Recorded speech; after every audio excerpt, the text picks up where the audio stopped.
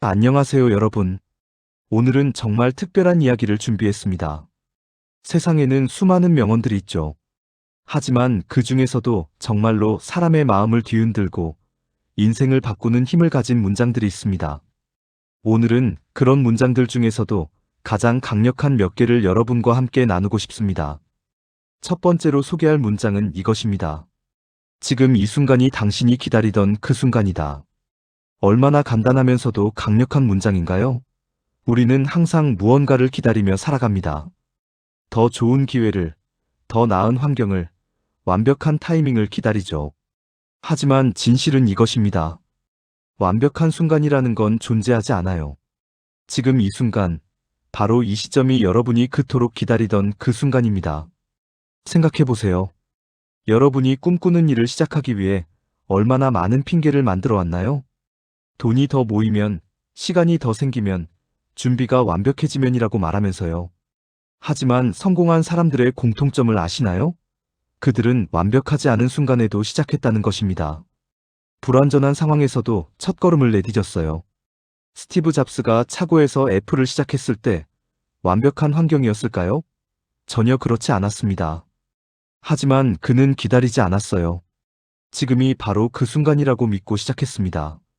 여러분도 마찬가지예요. 지금 이 순간이 바로 여러분의 인생을 바꿀 그 순간입니다. 두 번째 문장은 이것입니다. 실패는 성공의 어머니가 아니라 성공의 선생님이다. 우리는 실패를 두려워합니다. 실패하면 모든 게 끝날 것 같고 다시는 일어설 수 없을 것 같죠. 하지만 실패에 대한 관점을 바꿔보세요. 실패는 여러분에게 무언가를 가르쳐주는 가장 훌륭한 선생님입니다. 토마스 에디슨이 전구를 발명하기까지 몇 번의 실패를 했는지 아시나요? 무려 1000번이 넘는 실패를 했습니다. 그런데 에디슨은 이렇게 말했어요. 나는 실패한 게 아니라 전구가 켜지지 않는 1000가지 방법을 찾은 것이다.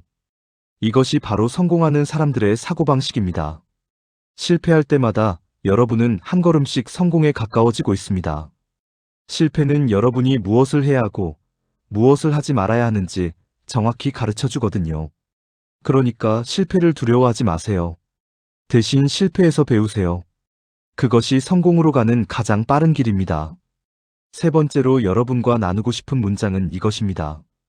당신의 한계는 당신이 정하는 것이다. 정말 강력한 문장이죠? 우리는 종종 남들이 만들어 놓은 기준이나 사회가 정해놓은 틀 안에서 스스로를 제한합니다. 나는 이 정도가 한계야. 이 나이에 뭘 더 할 수 있겠어.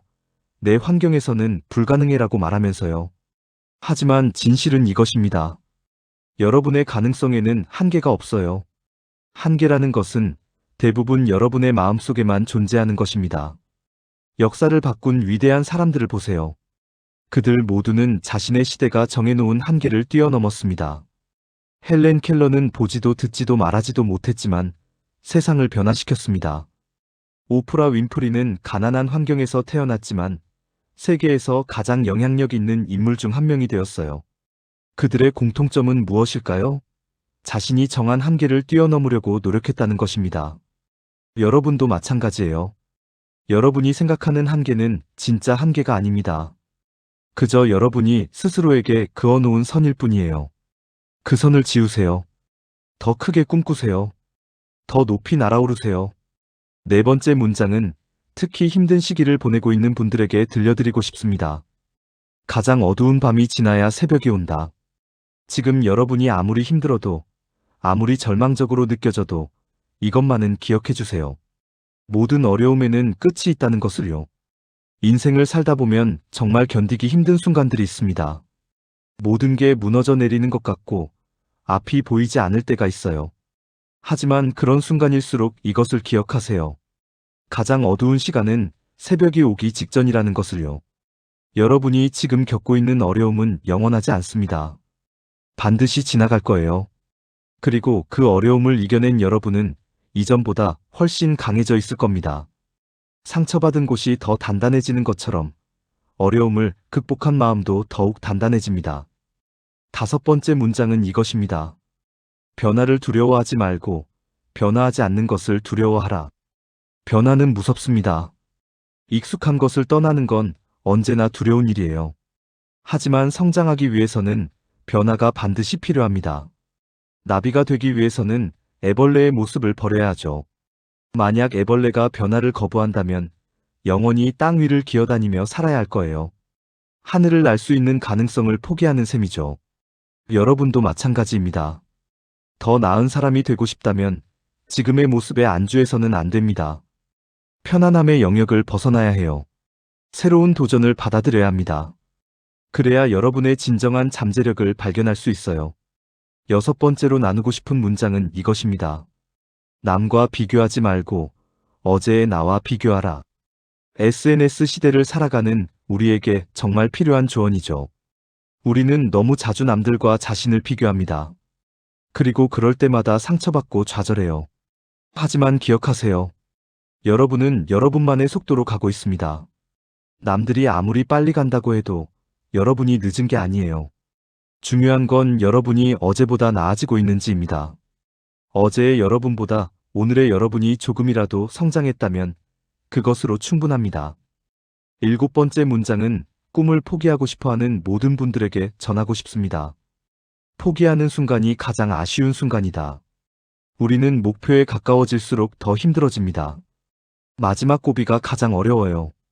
그래서 많은 사람들이 성공을 눈앞에 두고 포기합니다. 하지만 생각해보세요. 여태까지 온 길을 돌아보세요.